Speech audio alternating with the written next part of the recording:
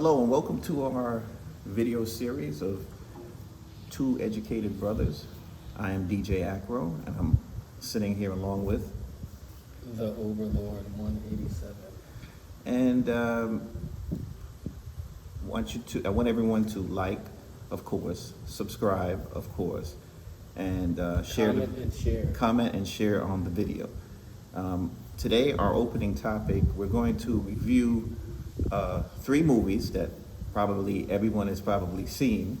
I don't want to be a spoiler alert.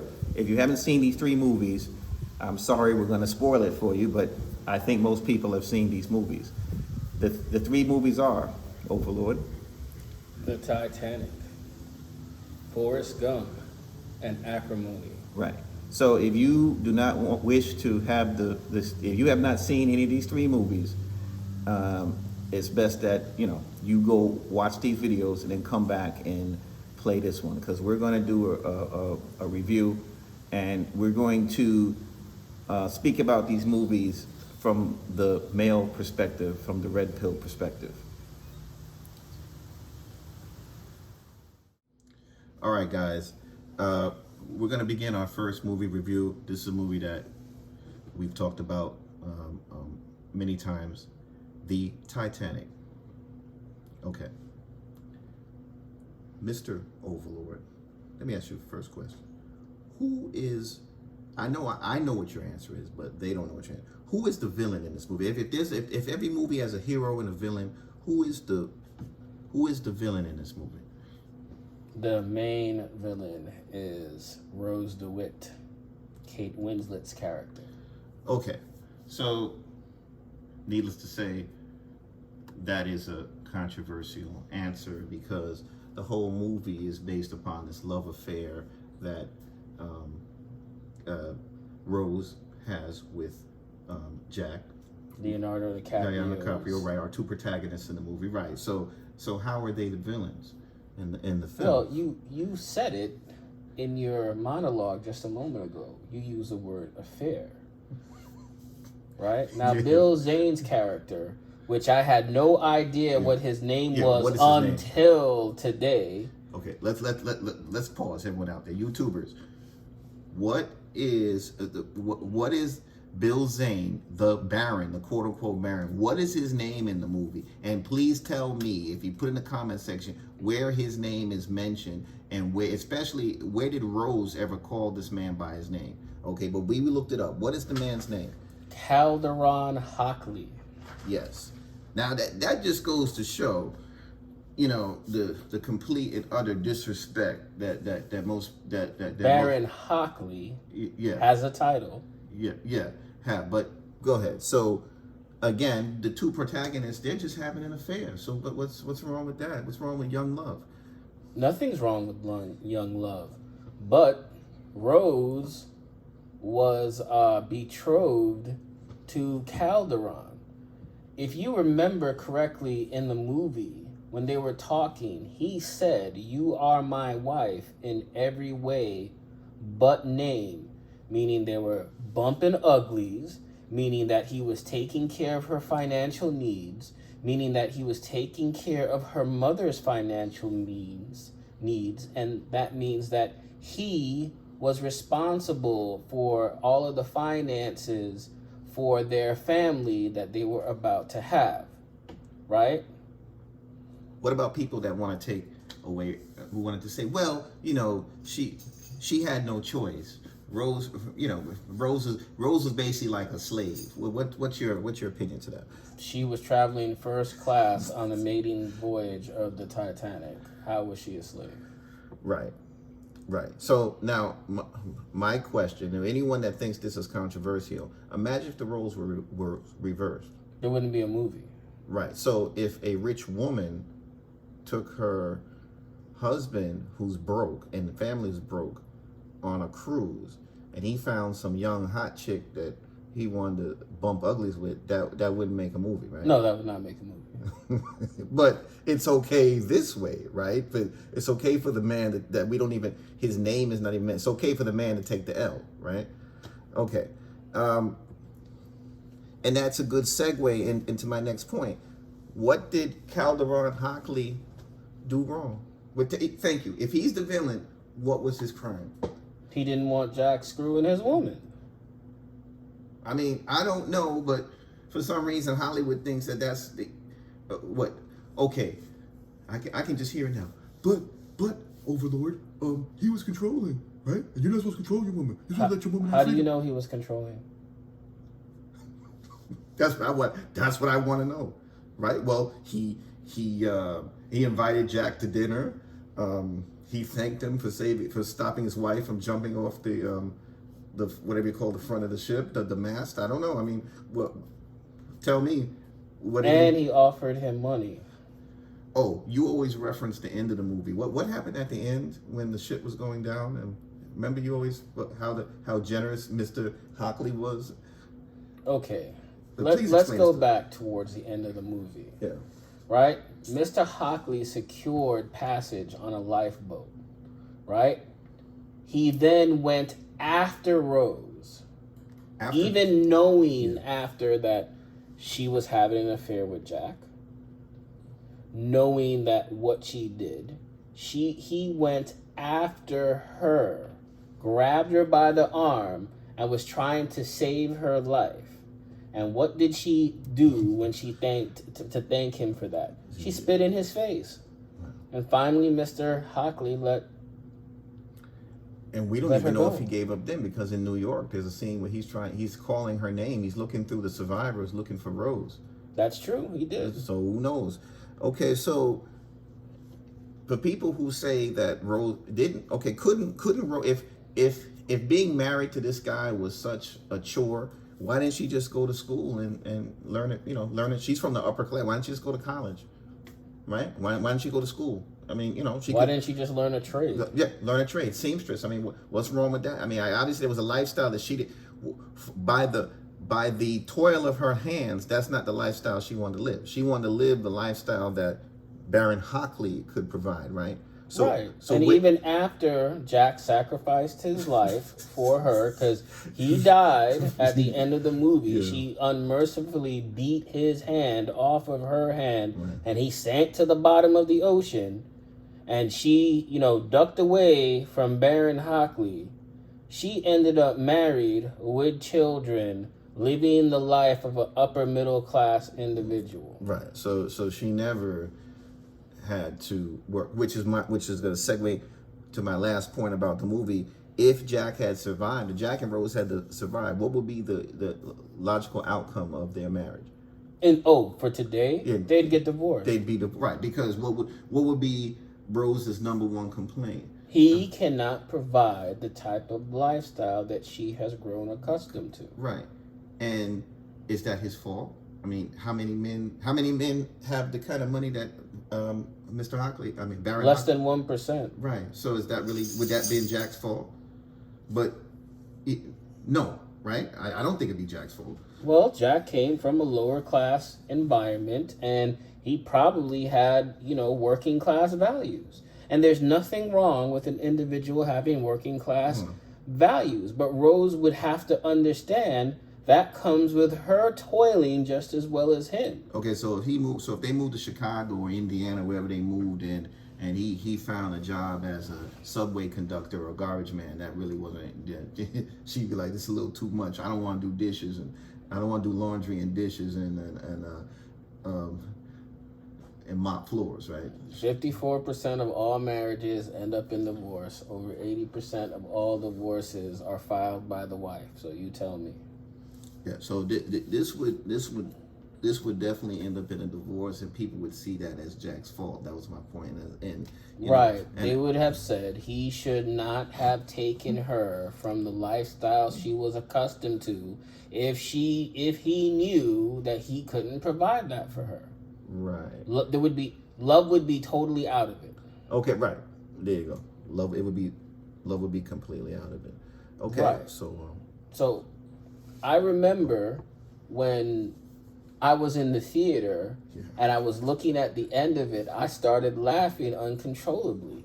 The women who were in my party looked at me and told me when we got out of it that I had no heart. I was like, "What are you talking about?" Yeah. If these people would have done what they were supposed to, Kate Winslet, Rose staying faithful to the Baron, Jack Dawson not trying to screw a woman that was already spoken for, there was a good chance they all three would have survived. Correct. Right? Because Jack would have been on the piece of wood floating, and he wouldn't have had to have given it up for Rose. She literally caused his death by rejecting the Baron. Yes, that's right. And last thing I'm going to say is, women also use this movie as an excuse for like skeletons, like in other words, the third man that we don't know about, Rose's future husband. She never knew about the scandal. You know what I'm saying? He would never, like, in other words, there's always a secret. They even say that in the movie, that a woman's heart is like the well, whatever they say about how women have a deep well of secrets. It's a deep well of secrets, right? But I don't give think me that's a shallow well and let me be alive. All right. Right, and let me just basically go my own way. So we'll move on to the next movie now.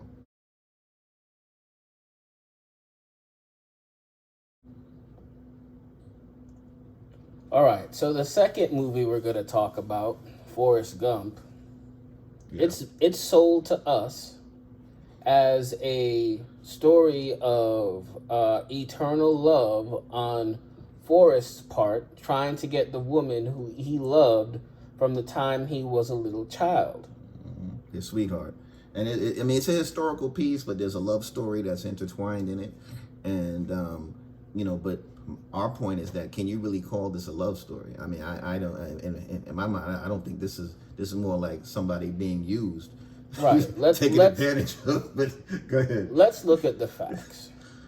Forrest and Jenny came up in the same neighborhood. Greenbow, Alabama. Right? Jenny was being abused by her father. Forrest was her best friend at the time. Mm-hmm. Forrest was a little slow, a little simple, and from an early age, Jenny believed that she was too good for him. Okay, Forrest works himself up from Greenbow, Alabama, goes to the military, gets a medal for saving his platoon in a military. Gets a degree from the University of Alabama. Let's not forget. Gets a degree from the University of Alabama. Right. Starts Bubba Gump Fish. Right. Or no, shrimp factory, right? Or shrimp company, right? And he becomes the antithesis of what a high-value, high-earning man is, right? Mm-hmm. Every time Jenny meets up with Forrest, Forrest believes this is the time he's finally going to get the woman of his dreams. And she's in a low point, right? She's in some point of desperation, some low point in her life, and he believes, yes, this is the time. This is the moment in time that Jenny will see value in me. Didn't he name every ship Jenny? Jenny 1, all of his shrimp boats. We know the first one was named Jenny. Right. I'm just saying, I don't know. So imagine if the roles were reversed. What advice would most women be telling that other woman, right? That high earning, CEO company. What sister, you can do so much better. He's using right, exactly. He only comes around when he needs his ego boost or he needs something from you. Right. So in other words, Forrest Gump, to sum it, is a high value man being taken for a sucker, a simp, a doormat. Okay. So this is the question. So then what does love mean for a woman? What does love mean for a man? Well, we know in the story of Forrest Gump, his love was eternal, right? Right. He loved Jenny to the very end. His entire life. Did not care what she did. Mm-mm. Did not care. Unconditional love. You want to know what unconditional love is? That's Forrest Gump. Okay. All right. You want to know what conditional love is? That's Jenny. Okay. So... and what's his reward for that? What is his reward for loving this woman unconditionally? What, to be taken for a simp? I mean, I don't know. Exactly. And at the end of her life, when she is on death's doorstep because of her escapades throughout her life, giving her something that's incurable, we thought at the beginning, due to the times and when it happened, that this was HIV. But we were told that it was not HIV. It was something else. But whatever it was, HPV, right? Whatever it was caused by the her sexual escapades of her own and her heavy drug use. And right. Okay. So and those weren't those weren't Gump's values. No. Gump wanted to marry her and take care of her. Right. He says, I know I'm not a smart man, Jenny, but I know what love is. Correct. So he valued love, and he where he lived in the same house he grew up in. He had the values of an upper class man, and then that's why he stayed right where he was. That's why he didn't lose his money, and that's why he didn't. She couldn't handle. That's too boring. In other words, the duties of being the wife of a high value man was just not what she wanted to do. We talk about the child. Now he's given us a son. He asked, is he slow? She said, no, he's as smart as a whip. Hey, I hope it is his son. You know what I mean? But, I think he should strongly get a DNA test, because how does he know that's his son? But, hey, if she left, didn't she run in the middle of the night after she supposedly got knocked up? Didn't she get in a cab and sneak? Yeah, this poor man, heartbreak after heartbreak. Yeah, for just loving the wrong woman. Fatally loving, and she's a vampire, it's a succubus. All right, so we're gonna go on to the next movie now.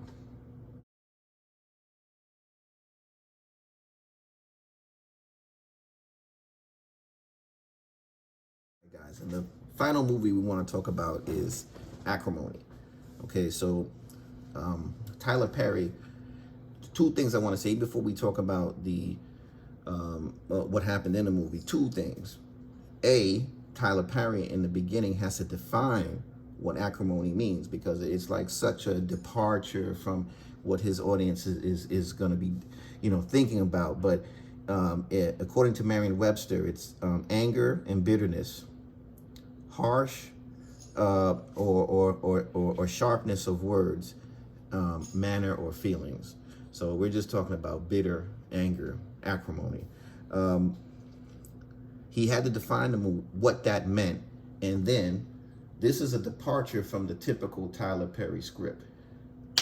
What is that, Mr. Overlord? What is the typical Tyler Perry movie? What's the typical? How does the story go?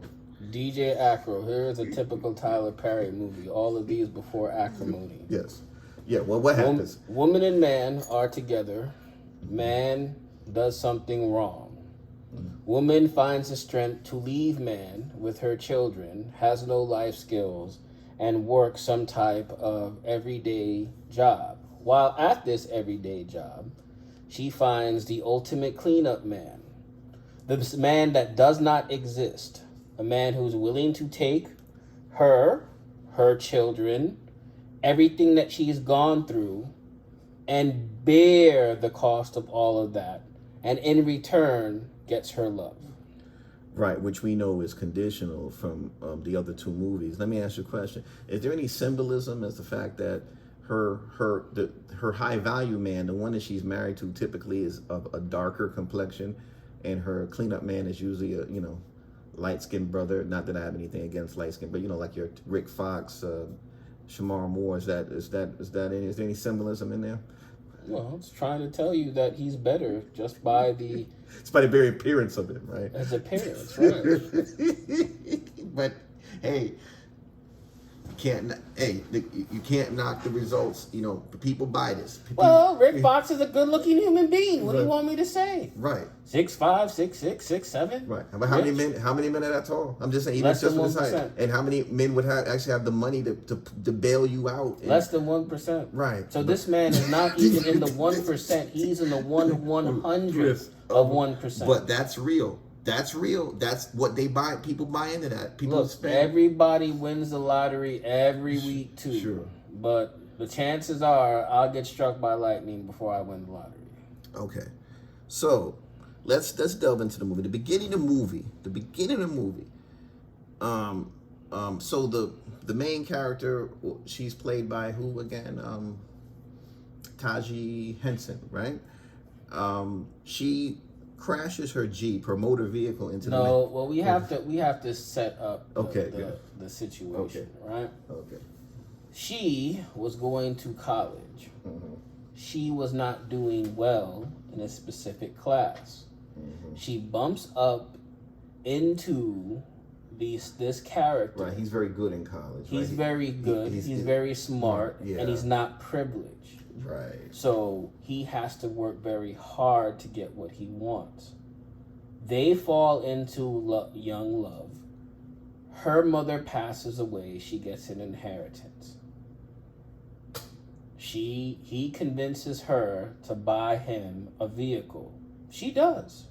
And it's not just that's right. a bad vehicle. The Mustang, right? Yeah. It's a convertible Mustang GT. Right. So it's a good vehicle. So whatever he was laying down on her, she was appreciating it. So he was smart and good in bed. Okay. Right. Now, because he was smart, good in bed, and probably has never had the level of notoriety, we'll say. Right. He does something wrong. He now cheats with somebody else. He explored his options at the time. Okay, got you. You're right. And so she catches him, and now we can go on to what you were saying. And we don't know if he was being stalked either, but she catches him. It doesn't show how. And she crashes her Jeep into the man's trailer. Now, and in the process of doing that, she renders herself barren, unable to carry a child. Now, most people we've had arguments with have always said that, well, that's his fault. I don't understand. Did he tell her? Did he tell her that was the best option to crash her? If she'd her asked Jeep? him, he would have told her, "Don't crash your Jeep into my trailer, and ruin the only thing of value I own besides the car that you gave me." Right. Okay.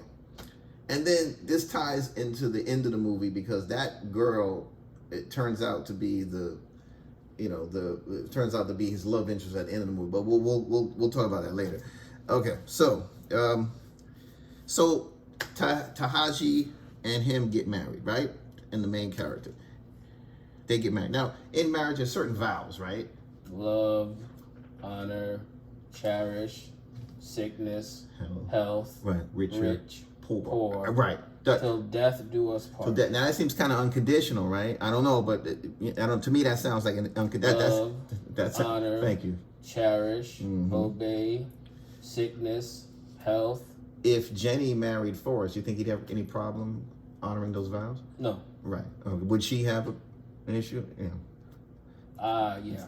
I think so. Right. Right. Okay. Because she didn't show any of those values to begin with. Did Rose actually was Calderon Hockley fulfilling those vows? Absolutely, he was doing it before marriage. He didn't find a love interest on the ship on the cruise. He did not. Right, but she did. Right. Okay. Yep, he was about his business. Okay. Thank you. All right. But he's the bad guy, though. Okay. So and that's just a segue into my point that a woman's love is very conditional. They are hypergamous. They are naturally hypergamous. And you see, this movie starts out in a college situation. Once you get into the work world, women are in survival mode. Once high school's over, college is over with, they're in survival mode. They're looking for who can provide the best life the golden eggs. That's all they're looking for, man. So, got to take that, romantic love when you're 13, from 13 years old, maybe till 20, high school, college. Yeah, you can be captain of the football team or whatever. But, after that, it's all money. Okay, so Now, as she's paying, as he's working on his dream, right? That battery, the self-charging battery. The Gale Force. Right. What is her family and friends telling him about her man? You know what I'm saying? That he's a loser. And he'll never amount to anything. And he's using her, right? And he's using her. Okay, but that's her husband, right? Right. And she's tallying. Remember, she's tallying every penny she's. Oh yeah, that's right. She right. She saved it. She saved it right. She didn't just. What do you remember how much you spent on your long-term relationship? Seriously. No, I do not. Did you even take time to even make a spreadsheet and? No, not to the level of that one. No, who does that, right? Okay, but that's okay. But yeah, you go on, girl. Okay, all right. So her friends and family telling her to divorce her man, right? Okay, so because he's not a success and he refuses to give up on his dream. And it came to a head, right? It didn't come to a head where she finally divorces him, right? Whatever her final straw, right? Her mom. Right. Her final straw was she was losing her mother's house due to the debt that she accumulated while he was working on his battery. Right. Was he having sex with anyone else? Nope. Okay. All right. So now, this is the whole thing. When the divorce papers are put in front of his face, okay, what did he say? He said, "Baby, I love you. Is there anything else we can do? Can we find a way to work this out?" So if people that only look at the end of the movie, they would say, "Oh, he was happy to divorce her, right? He couldn't wait to divorce her, right? Was that the truth?" No, it was not. It was breaking his heart, right? Right, because he said he loved her. Which to a man, okay, going back to the other two movies. Well, for a man, is eternal, right, unconditional, and excessive. So we love you the way we love our children, correct? See, that's where we make the mistake. We love women the way we love our children. They love their children, but they don't love, their love for us is conditional. That's right. Because they're hypergamous, correct? So, all right. So now, okay, so what happens later? Okay, well, what happens next? Now he's on. Yeah. I just want to say something. Yeah.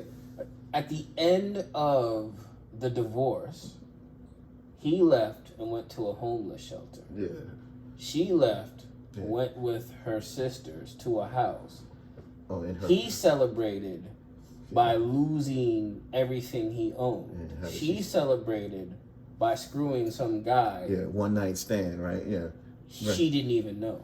Right. But right. So that means what? That means she couldn't wait to do that. I mean, that's, I don't know what's the symbolism of that. I mean, like in other words, she's moving on. Right, but he didn't just rush to go have sex because that's not what he was trying to do. He was working on his battery. So all this time I'm finally free. On his purpose. Right, on his purpose. But I guess she was free to finally be the woman she always wanted to be. Right, which is, I don't get it, but that's what women which control. Which is not a virtuous woman, because you would not want your daughters, women know they would not want their daughters to act like that character did several hours after getting divorced. Right, so, right. Just indiscriminately give their womb to some man. Undeservingly, you know what I mean? Right. So, all right. So, okay. So then he becomes a success, right? His life's purpose finally comes into fruition. He's given an obscene amount of money. I think it was between $70 and $80 million for the Gale Force generator. Right. Right. Now, with this newfound wealth, does he forget about his ex-wife? Nope. What does he do? Nope. He goes, brings her flowers. Thank you. Says, "I just wanted to let you know that I always love and care about you. I'm sorry it didn't work out for us." He gave her every dollar he ever spent on her. Right. He ever spent on him. He had the entire spreadsheet, and he showed where he, right? Yep. And what else? And he bought back her mother's house. Right. So now she has a house. She's whole been now. Fully indemnified. Yeah. And he gave her $10 million. Was she happy? Hold on, DeeJayAcro. Yeah. Do you remember what she said when she thought he was there to beg for her back? What? This ain't gonna work. Oh. You need to take your rented ass suit and get the hell up out of here. Oh, that's right. Before she knew. Oh my gosh. Right. All right. All right. Right. So in other words, I burned. Not only did I burned my bridge, I nuked my bridge. So you didn't even know there was even a bridge. I just totally. I don't even want to act like I even knew you. Right. Okay. All right. This is think about it. I mean, the roles being reversed. Oh, girl, you go on. You forget about it, right? I mean, just go on and live your life. Okay. But no, he didn't forget. He didn't forget the people who helped him. Right. So, what happens? Okay. So what happens next? So, so do you think that she could make that amount of money in one day, whatever she was doing? Well, her life's purpose wasn't his life's purpose, right? Yeah. His life's purpose was to bring something into fruition that never existed. Right. And he was willing to share that with her. Right. Her purpose for a while was to help him with his dream. But I don't think that $10 million and being indemnified is a bad. I mean, that's a fortune. If this was the other way around, I would have just said, well, I let that go. And I would say, thank you. I appreciate you for giving me the money and giving me everything I ever spent. And I would make the best of the situation that I caused. What's the percent? Call it $80 million. What is $10 million? What's the percentage of? What is $10 million of $80 million? What percentage is that? About 12 to 13. Okay, so he gives it. I mean, gave it 12. All right, nice. I mean, but the only thing that he couldn't give her is more, right? He could, So I want to know from the ladies in the audience, what was he supposed to give her? Everything. I mean, even if he did, she wouldn't still be mad at her.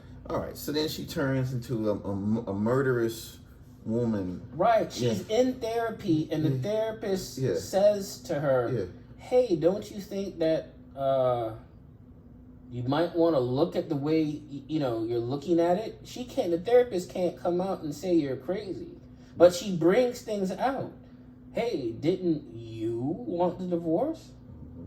Right? He didn't want the divorce. Right. Didn't you want to be done with this? Weren't you the one that did these things?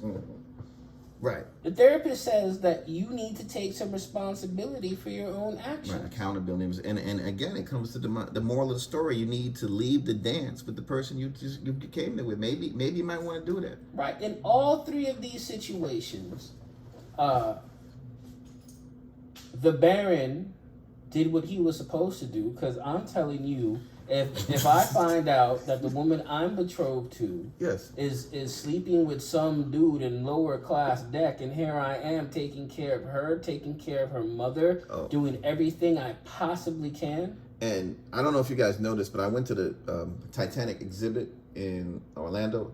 Let me tell you, first class on the Titanic is not what you think. No. That's second class. First class was reserved for like celebrities, the richest of the. Okay, they even calculated it. I mean, a first class ticket on the Titanic in today's money, we're talking about $100,000 or more. So we're not talking. This is first class of first class, maybe even $150,000. So you please tell me, So first class on the Titanic would really be what we think of first class would be second class. That is the type of ticket. That's the type of cruise that this man took this woman on and her mother. Oh, this is getting worse and worse. Yeah, I forgot to bring it up to you. That was first class on the Titanic was reserved for. I mean, like Bill Gates. So if there Elon was ever Musk, such a thing as a high value man, Baron Calderon, and he doing it by himself, right? Was a high value man. It wasn't his corporation. That's him. That's his money. He doing it by himself, right? J.P. Morgan. That's why J.P. Right. That's why those type of people were on that ship, first class. Yeah. You know what I'm saying? Okay. And but what is she? But the only thing he couldn't give her was a roll in the hay in third class. Right? He couldn't give her that. Right? She wanted more. Right. Ladies, if you want a man who has upper class values, you have to make yourself the type of woman who's ready to accept upper class values. If you want middle class values, you yourself have to accept middle class values. You cannot get married to royalty without having the pedigree or the understanding of what that means, because everything you do comes with some type of responsibility attached to it. Yep. And we were talking about the Disney movies and even the Tyler Perry movie. They seem to absolve women of any responsibility for their actions. Correct. But yet the high value man is just, he's just a Ken. He's a Ken doll. He's a prop. He just, here, and there's no appreciation for that or where the money even came from. Right. And, if you have a man like that, look, if you have a man making $51,000 a year, you've actually won the lotto. That's the honest truth. But, hey, who am I to say it, right? But I'm just saying that as far as statistics go and mathematics out here, if you out of college and you're in the adult dating world, you didn't meet this man in high school, it wasn't a situation, you're just meeting him and you're moving into, believe me, 51,000, you've won the lotto. That's all I gotta say about that. But you have any parting words for the audience? I'd like to hear comments on what we Yes. have said. Please comment in the comment section. We'll try to answer them back. But think about it. Right, this is our first video, and we'll tell us what we could do better. Right, we'll definitely tell us what you like. Tell us what you didn't like. We'll definitely be coming with other content, and I think this one I can't wait to read. Overlord. I can't read the comments in the comment section. I don't know. Be careful, man. Be careful, okay? Because you don't, again, we have some personal stories we can share in the future. Believe me, you being that guy that works himself up from nothing, and it's not appreciated, and that's all I got to say.